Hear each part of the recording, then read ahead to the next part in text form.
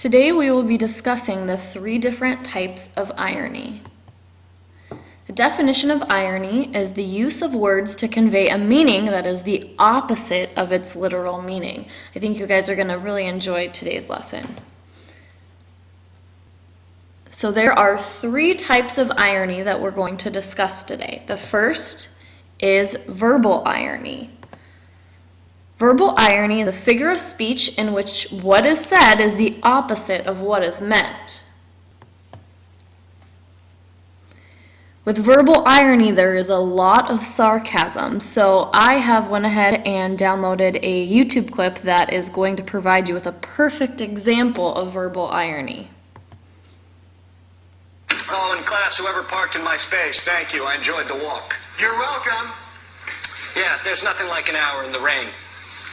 Oh, wait. Oh, I get it. You're saying that because you don't want him to park in your space. Very good. You win the trip to Jamaica.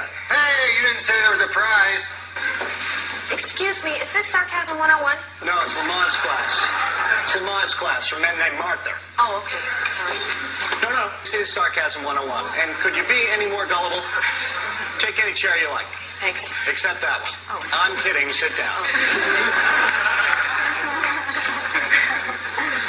It's hard to tell if you're joking.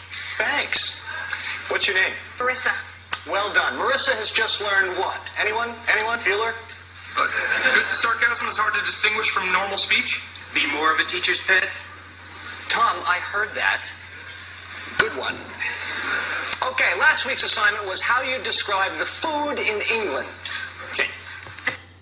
So as you can see in that clip, the instructor is showing us various examples of verbal irony.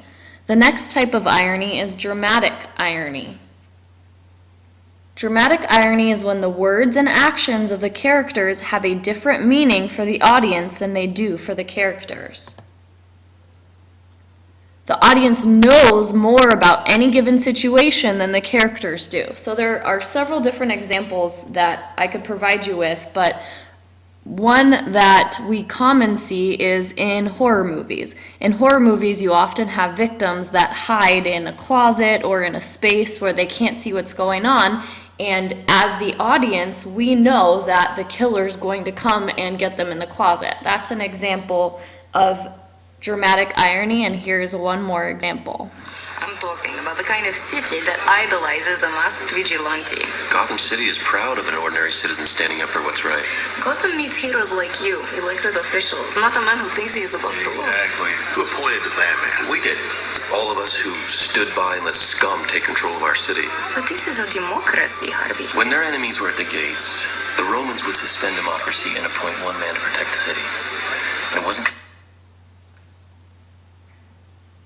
control of our city. But this is a democracy, Harvey. When their enemies were at the gates, the Romans would suspend democracy and appoint one man to protect the city. And it wasn't. This is a clip from The Dark Knight. In this clip, the character, the blonde character, is discussing Batman and the admiration that he has for Batman. Little does he know, the audience knows, that the gentleman with the brown hair is Batman himself.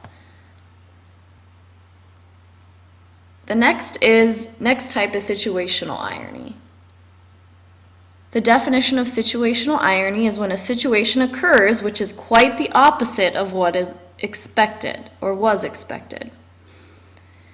So an example of that is a man survives falling 15 stories but then dies a day later from the swine flu.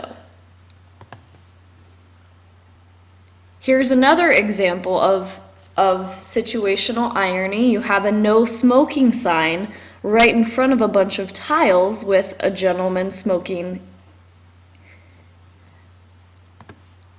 And that is it for today's lesson. So make sure that you have taken your 2-column notes, that you go back and rewind if you do not understand any of the concepts we learned today. Also, don't forget to summarize and ask your higher level thinking questions. Be prepared to share them with us tomorrow in class. Have a wonderful evening.